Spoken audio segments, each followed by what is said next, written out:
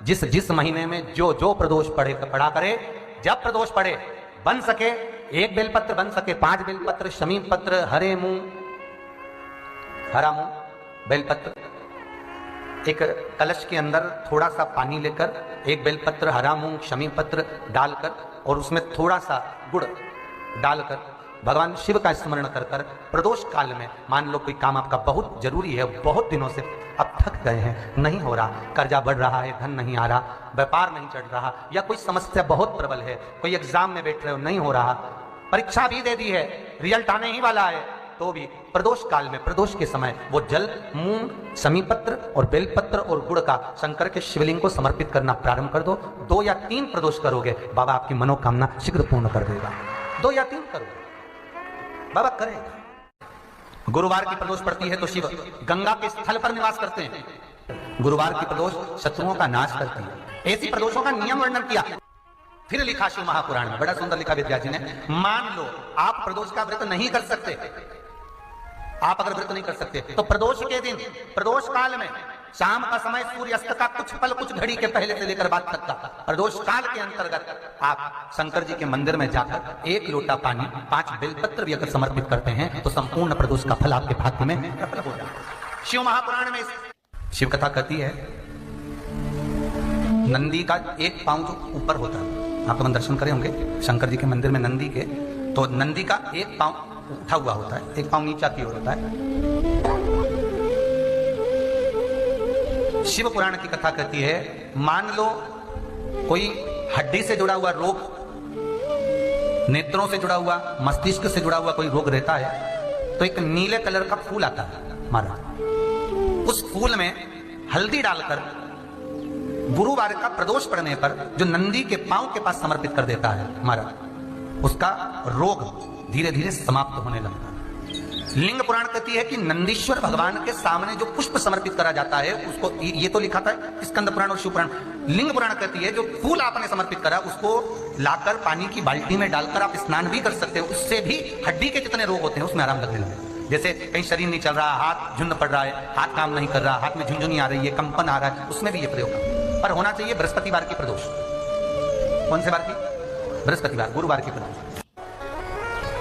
प्रदोष के दिन यदि आपको कहीं से शमी पत्र मिल गया, प्रदोष के दिन यदि कहीं से आपको शमी पत्र मिल गया है, और प्रदोष काल में, प्रदोष का जो समय होता है, शाम का जो समय होता है प्रदोष काल, 4 प्रदोष 5 प्रदोष आप कर देखिएगा कि आपका कोई काम है, कोई नौकरी के लिए आप अप्लाई कर रहे हैं, कोई समस्या बड़ी विकट आ गई है, कोई तकलीफ विकट आ गई है, कोई समस्या विकट आ गई है, प्रदोष के प्रदोष काल में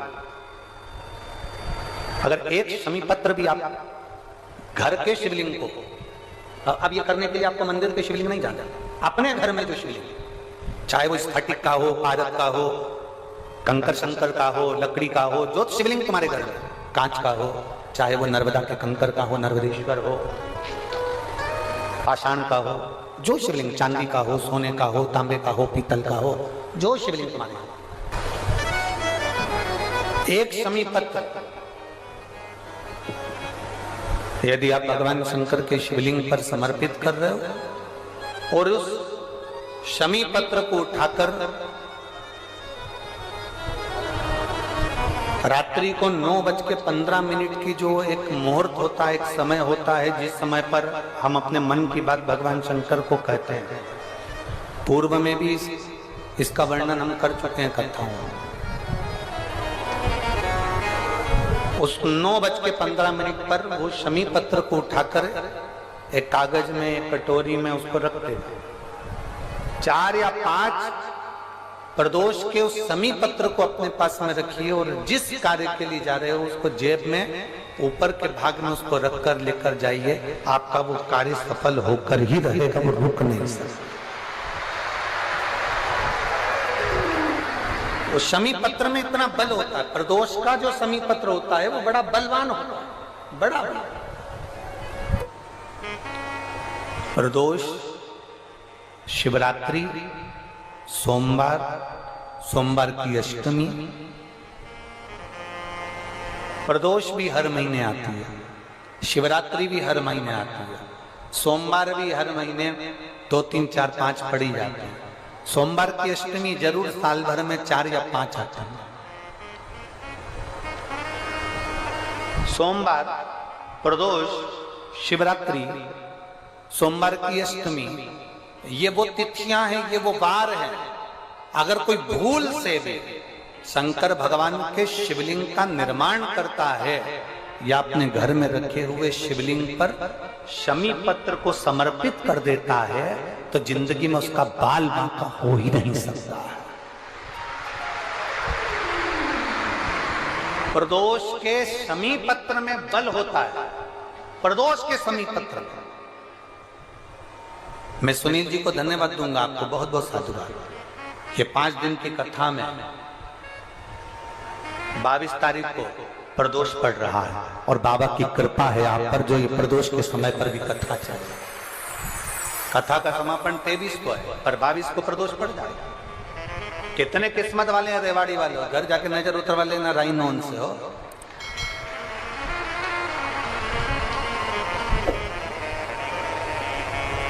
शिव की कृपा कितनी है। जिस प्रदोष व्रत का हम वर्णन करते हैं, जिस प्रदोष के दिन का आपको बधाई कल हमने दी थी कि प्रदोष की आपको बधाई हो। प्रदोष शाम का जो समय होता है, प्रदोष काल जो होता है, उसका वर्णन जब हम करते हैं, ये प्रदोष की पूजन का विधान किसने बनाया, ये प्रदोष की पूजन का नियम किसने बनाया, ये प्रदोष की संध्या काल का, प्रदोष के समय का पूजन का विधान कौन बनाया, ये प्रदोष के समय पर एक बेलपत्र चढ़ाने का विधान किसने बनाया, प्रदोष के समय पर एक शमी पत्र चढ़ने का विधान किसने बनाया। प्रदोष के समय पर अगर मान लो कोई भिखारी से भिखारी व्यक्ति भी है जो ठेला चला रहा है, उसके पास में खाने के लिए कुछ नहीं है, फटे कपड़े पहन रहा है, उसकी जिंदगी में कुछ भी नहीं बचा और कर्जे में लदालूम हो गया, एक चावल का दाना अगर वो प्रदोष के दिन, प्रदोष काल में शाम के समय पर शंकर के शिवलिंग पर चढ़ा देता है तो 3 या 4 प्रदोष में उसका कर्जा चूकना प्रारंभ हो जाता है। प्रदोष का विधान। इतना ये प्रदोष का वर्णन करा किसने, इतना प्रदोष की महत्वता बताई किसने, कौन करे इतना वर्णन।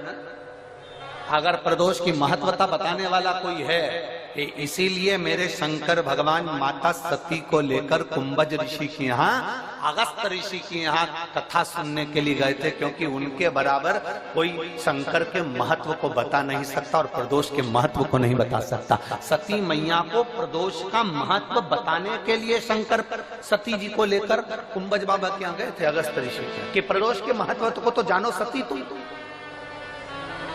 तुम प्रदोष के महत्व को तो सती जानो, तुम प्रदोष के महत्व को तो सती पहचानो कि प्रदोष का महत्व क्या होता है, प्रदोष काल का महत्व क्या होता है, प्रदोष के समय का महत्व क्या होता है।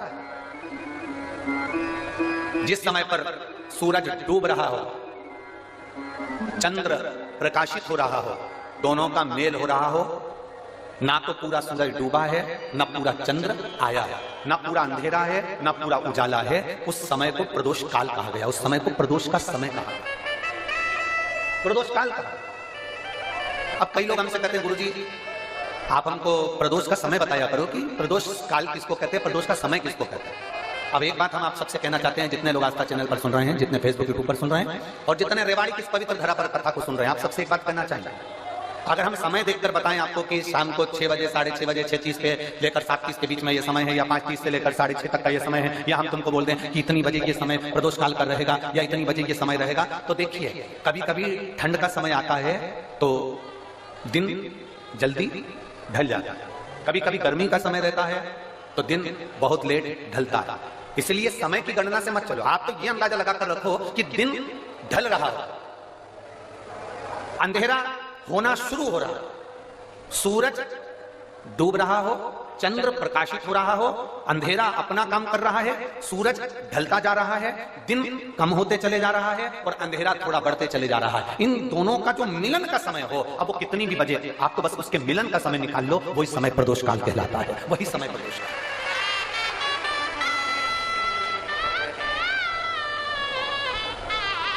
अब प्रदोष काल की पूजन का विधान किसने बनाया, कोई आपसे पूछे तो क्या बताओगे, जम के बोलो जल्दी से, कौन ने बताया था, अगस्त ऋषि।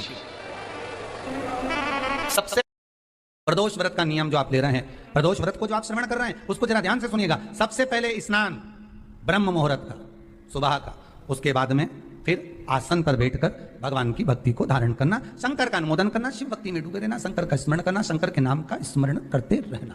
ये प्रदोष का मूल तत्व महाराज। प्रदोष व्रत करने वाले को भोजन नहीं करना चाहिए, ध्यान दीजिए। फलाहार करो, उसमें भी नमक का सेवन मत करो। प्रदोष व्रत में नमक का सेवन वर्जित होता है। कोई कैसे कहते तुमको कि तुम भागे हो? ना, हमारे बराबर भाग्य नहीं है किसी का। तुम्हारी ग्रह खराब है, तुम्हारे ग्रह खराब है। शंभेश्वर महादेव का नाम,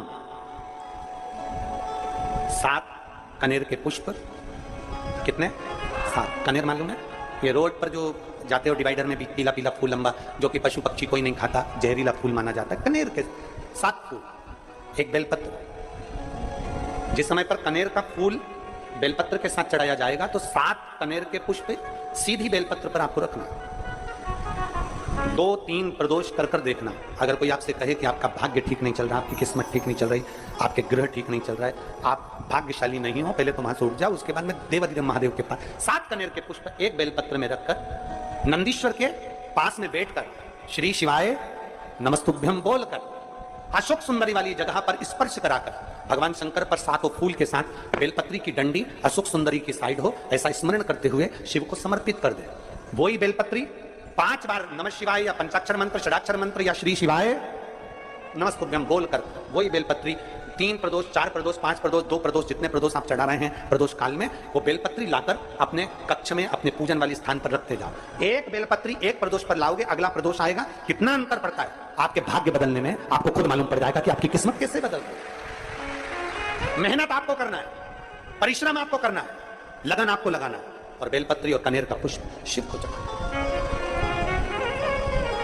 चालू करो प्रदोष चढ़ाना, पर चढ़ाओ शंकर का भजन। यहां नहीं चढ़ा सकते, अपने घर पर चढ़ाओ, अपने शिवालय में चढ़ाओ, अपने देवालय में चढ़ाओ, अपने नजदीक में जो शंकर मंदिर है वहां चढ़ाओ, आराधना शिव की। कोई कह दे तुमसे कि ये ठीक नहीं, प्रथम आप ये जो कनेर के फूल चढ़ाओगे ना, इसमें शंभेश्वर महादेव का भाव होना चाहिए। शंभेश्वर महादेव, फिर से एक बार बोलो, कौन से महादेव? शंभेश्वर। और फिर एक निवेदन, मान लो कि डॉक्टर कह दे कि बच्चे की धड़कन नहीं आ रही है, 7 पुष्प कोई से भी, 7 बेलपत्र अशोक सुंदरी वाली जगह पर एक एक कर कर बेलपत्र, एक बेलपत्र एक पुष्प अशोक सुंदरी वाली, एक बेलपत्र एक पुष्प अशोक सुंदरी वाली जगह पर चढ़ा दीजिए, और एक बेलपत्र उसमें से एक पुष्प लेकर अपने घर चाहिए, और 15 दिन के बाद वापस उस बच्चे की सोनोग्राफी जांच डॉक्टर के कहने से कराइए। बाबा उस बच्चे की धड़कन, श्वास और शरीर पूरा देगा। शंभेश्वर महादेव में शंभेश्वर महादेव का जब नाम लिया जाता है तो 33 कोटि देवी देवताओं का एक साथ नाम उच्चारण हो जाता है। 33 कोटि देवताओं। शंभेश्वर, बोल शंभेश्वर महादेव की जय। शंभेश्वर भगवान का स्मरण किया है। आगे वर्णन आया है भगवान के सुंदर आनंदमय स्वरूप का। जब भगवान देवाधिदेव महादेव आनंद में विराजमान थे, देवता और राक्षसों ने मिलकर मंथन किया। मंथन में विष निकला जो देवाधिदेव महादेव के पास पहुंचा। शिवजी ने विष को धारण किया, क्योंकि घर का जो बड़ा होता है, घर का जो बुजुर्ग होता है, उसको बहुत सहना पड़ता है, बहुत सहना पड़ता है। घर का जो बुजुर्ग है, घर का जो बड़ा है, उसको सहना पड़ेगा। प्रत्येक घर में बिजली होती है, तो क्या प्रत्येक घर बिजली घर बन जाता? जम के बोलो जरा। बिजली घर तो 1-2 कहीं कहीं, बड़ा शहर है तो थोड़े ज्यादा हो सकते हैं, छोटा शहर है, छोटा गांव है तो बिजली घर 1-2। प्रत्येक घर में बिजली होती है, पर सारे घर बिजली घर नहीं कहलाते, बिजली घर नहीं बन जाते। बिजली घर तो कोई सा घर होता है। उसी तरह ढेर सारे तुम्हें कथा करने वाले भी मिलेंगे, ढेर सारे तुम्हें ज्ञान देने वाले भी मिलेंगे, ढेर सारे तुम्हारे पास में, तुम्हें मोबाइल खोलोगे, टीवी खोलोगे तो ढेर सारे महाराज मिलेंगे, पर सब देवाधिदेव महादेव के भक्त नहीं मिल जाते। बड़ा कठिन होता है, बहुत कठिन। प्रत्येक घर बिजली घर नहीं होता। उसी तरह घर में रहने वाला प्रत्येक व्यक्ति शंकर का भक्त नहीं होता। उस घर में रहने वाले 10 लोगों में, 15 लोगों में, 20 लोगों में, 25 लोगों में, 5 लोगों में, 10 लोगों में कोई 1-2 ऐसे होते हैं, कोई 1-8-2 ऐसे होते हैं जो शंकर की भक्ति में डूबे होते हैं, शिव के स्मरण में डूबे होते हैं। घर वालों को लगता है कि काम पर काम हो रहे हैं, अच्छे काम हो रहे हैं, खूब अच्छे काम हो रहे हैं, पूरे खानदान में अच्छे काम हो रहे हैं। कई लोग कहते हैं इसकी कृपा हो गई, उसकी कृपा हो गई। ना, जो रोज तुम्हारे घर में से कोई एक व्यक्ति शंकर को जल चढ़ाने जा रहा है, ये उसकी कृपा है जो तेरे घर में आज सब कुछ आनंद होता चलेगा, ये उसकी कृपा। अंत बिंदु मेरा शिव है। चंचुला देवी हाथ जोड़कर कहती है, प्रभु कृपा कर। भगवान शिव विष पीकर नीलकंठधारी बन जाते हैं। अमृत पीने वाले देव कहलाए और विष पीने वाला देवाधिदेव महादेव कहलाए। महादेव। थोड़ा दुख आए तो चिंता न करना, बाबा कुछ अच्छा करने वाला होगा। थोड़ा कष्ट आए तो चिंता मत करना, बाबा कुछ अच्छा करने वाला होगा। जल्दी से काम नहीं निपटे, बहुत मेहनत करना पड़ रही है। हम 3 बार 4 बार कुबेरेश्वर धाम आ गए, 5 बार आ गए, बाबा कब सुनेगा? चिंता मत करना, फाइल थोड़ी मोटी है, थोड़ा समय लगाएगा, करेगा। किसी को खाली नहीं भेजता तो तुम्हें कैसे भेज दे? किसी को नहीं भेजा उसने खाली। ये इतने एक बहन ने तो पूरी डॉक्टरों की 1 2 3 4 5 6 7 फाइल लगाई। 7 डॉक्टरों की 7 डॉक्टरों की फाइल लगाई और सब डॉक्टरों ने कह दिया था कि तेरे घर संतान नहीं होगी। तो नहीं, फिर भी शिव ने 1 साल नहीं, 2 साल नहीं, 3 साल नहीं, 4 साल नहीं, 5 साल बाद दिया।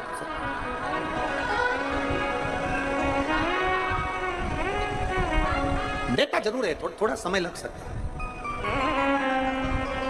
विष पीने के बाद भी बाबा का नाम नीलकंठधारी हो गया, त्रिपुंडधारी हो गया, त्रिकालदर्शी, कैलाशी, अविनाशी। क्या नहीं देता?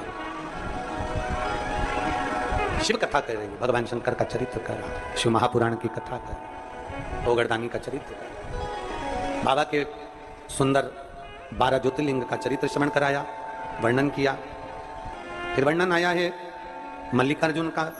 कार्तिक के बाबा जब रुष्ट होकर चले गए तो उनको श्रीशैलम पर जाकर मनाया, मल्लिकार्जुन के रूप में विराजमान। जब अपने नजदीक में, अपने क्षेत्र में शिव महापुराण की कथा हुआ करे तो 7 दिन नहीं तो 6ठे दिन, 7वें दिन, 1 दिन जाकर बाबा की उस धरा को प्रणाम जरूर करा, प्रयास। मल्लिकार्जुन के रूप में पूजाए। तीसरा महाकाल जी का वर्णन किया, दूषण नाम के राक्षस के संहार के लिए भगवान काल अधिपति महाकालेश्वर बन गए। फिर वर्णन आया है श्री ओमकारेश्वर जी का, बिंद नामक पर्वत के तप करने पर भगवान ओंकार के रूप में विराजमान। अगला वर्णन आया है केदारनाथ नर नारायण के तप करने पर भगवान केदारेश्वर के रूप में विराजमान हुए। फिर वर्णन आया है श्री भीमाशंकर, कुंभकर्ण के बेटे भीम का संहार कर भगवान शिव भीमाशंकर बन जाते हैं। अगला वर्णन आया है काशी विश्वनाथ, मनु शत्रुपा के तप करने पर भगवान काशी में विराजमान हो जाते हैं विश्वनाथ बनकर।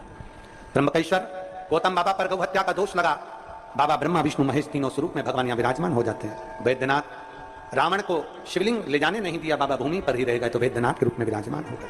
अगला वर्णन है नागेश्वर, दारुक नाम के राक्षस का भगवान ने संहार किया, नागेश्वर के रूप में विराजमान हुए। रामेश्वरम, राम जी के कहने पर भगवान शिव रामेश्वरम के रूप में विराजमान हुए। फिर वर्णन आया है कृष्णेश्वर, सुधर्म नाम के ब्राह्मण की धर्मपत्नी भूष्मा के बेटे को भगवान ने जीवित करा है तो भगवान कृष्णेश्वर के रूप में विराजमान हुए। भगवान देवाधिदेव महादेव, त्रिकालदर्शी, कैलाशी, अविनाशी, मेरे शिव 12 ज्योतिर्लिंग। ज्योतिर्लिंग का मतलब है जहां पर शंकर ज्योति के रूप में हमेशा विराजमान, हमेशा विराजमान। एक ज्योति के रूप में मेरा देवाधिदेव महादेव वहां पर विराजमान, और वही ज्योति। हम तो कई लोग कहते हैं कि आपके ये कुबेरेश्वर धाम के कंकर संकर में ऐसा क्या है, कुबेरेश्वर धाम में ऐसा क्या है?